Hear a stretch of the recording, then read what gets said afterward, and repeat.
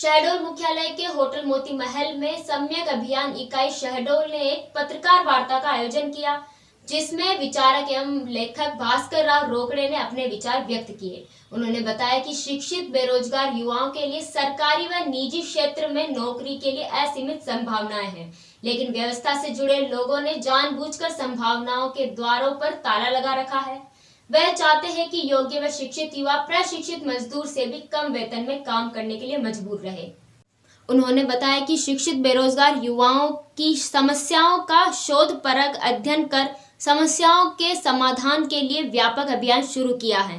नवक्रांति के लिए संकल्पित सम्यक अभियान का शुभारंभ रीवा के ऐतिहासिक पद्मधर पार्क से 9 मई को किया, जिसके बाद मध्य प्रदेश के स्थापना दिवस 1 नवंबर से रायसेन जिले के बरेली नगर से प्रदेश में नव क्रांति लाने के संकल्प के साथ 45 दिवसीय देशव्यापी सम्यक यात्रा शुरू की है। इस यात्रा का समापन 15 दिसंबर से भोपाल जिले के बेरसिया में होगा। उसके पश्चात जनवरी में प्रदेश के 5 लाख युवाओं का मेगा कॉन्फ्रेंस भोपाल में होगा। सुनिश्चित करने के लिए राज्य को मिले जातिगत आधार पर सर्वे के अधिकार का उपयोग करते हुए राज्य में एसटी वर्ग, एसटी वर्ग, ओबीसी वर्ग, जनरल वर्ग, मुस्लिम वर्ग, सिख वर्ग, ईसाई वर्ग, जैन वर्ग आदि के लिए अलग अलग सर्वे करा दिया जाए। आबादी सही निकल के आ जाएगी तो आबादी के अनुपात में आरक्षण सुनिश्चित होगा। लेकिन इसमें हमने एक विसंगति पाया कि जो सबसे अधिक अंक लाते हैं अर्हकारी परीक्षा में या प्रतियोगी परीक्षा में, तो उन्हें निश्चित रूप से प्राथमिकता मिलनी चाहिए। इसलिए आबादी के अनुपात में आरक्षण देने के साथ साथ में 10% आरक्षण प्रत्येक वर्ग की आबादी का 10% बचा करके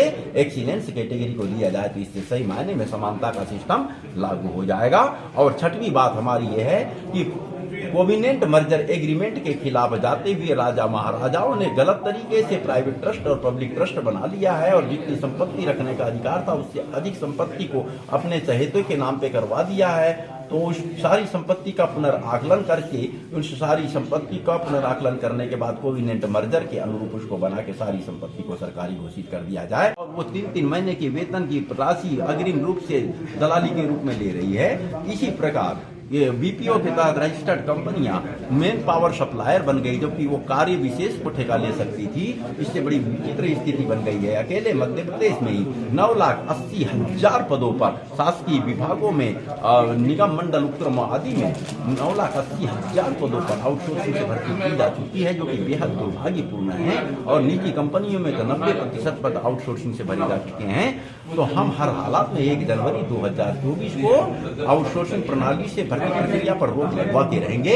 इससे प्रदेश के युवाओं को सुनहरे अवसर मिलेंगे। और चौथी बात यह है कि जनवरी 2020 में भारत सरकार से विदेशी उद्योगपतियों का प्रतिनिधि मंडल मिला और उनके दबाव में आकर प्रधानमंत्री ने यहाँ पर 8 घंटे की शिफ्ट ड्यूटी को 12 घंटे कर दिया और श्रम कानूनों को निलंबित कर दिया। और इससे बेतहाशा बेरोजगारी बढ़ी है। इस बेरोजगारी पर अंकुश लगाने के लिए निश्चित रूप से पुनः 8 घंटे की शिफ्ट ड्यूटी बहाल करवाएंगे, श्रम कानूनों को यथावत करवाएंगे और निजी क्षेत्र के कर्मचारियों की समस्याओं का तत्काल निराकरण करने के लिए सरकार का एक प्लेसमेंट डिपार्टमेंट स्थापित करा के रहेंगे। और 5वीं बात, मैंने शिक्षित बेरोजगार युवाओं की दशा और दिशा पर गंभीरतापूर्वक अन्वेषणात्मक स्तर पर अध्ययन किया तो पाया कि शिक्षित बेरोजगार युवाओं को ही वास्तविक समस्याओं का ज्ञान नहीं है। इसीलिए हमने बड़ा बारीकी से अध्ययन किया तो ये तथ्य निकल के सामने आए कि जो संभावनाएं हमारे बीच विद्यमान है, यदि उन्हीं का युक्तिकरण सही ढंग से कर दिया जाता है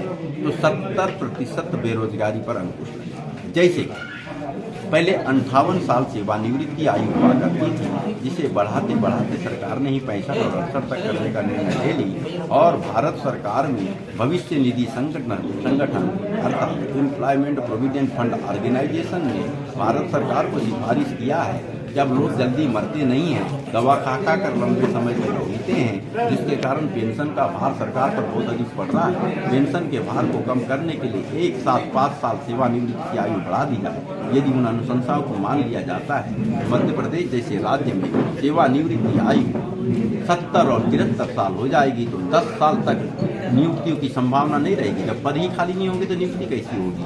हम इस समस्या के मूल पर जाने के बाद समाधान की ओर बढ़े तो 31 जुलाई 2024 को हमने कुछ IAS अधिकारियों के साथ मिलकर के आंकड़े निकाले तो मध्य प्रदेश में यदि 58 साल सेवानिवृत्ति आयु लागू कर दी जाती है तो कुल 5,30,000 अधिकारी कर्मचारी शासकीय अनुशासकीय निगम मंडल बोर्ड एवं शासकीय उपक्रमों के सेवानिवृत्त हो जाएंगे। तो 1 जनवरी को हमने युवा दिवस मनाने का निर्णय लिया है। हम युवा दिवस के दिन सरकार के सामने में प्रस्ताव रखेंगे और हमें उम्मीद है कि उस पर हस्ताक्षर होंगे और 5,30,000 युवाओं के लिए सम्मानजनक नौकरियों के अवसर सुनिश्चित हो जाएंगे। ग्रामीण भारत टीवी के लिए शहडोल से विजय रजक की रिपोर्ट। खबरों में बने रहने के लिए ग्रामीण भारत टीवी को सब्सक्राइब कीजिए और बेल आइकॉन दबाना ना भूलें।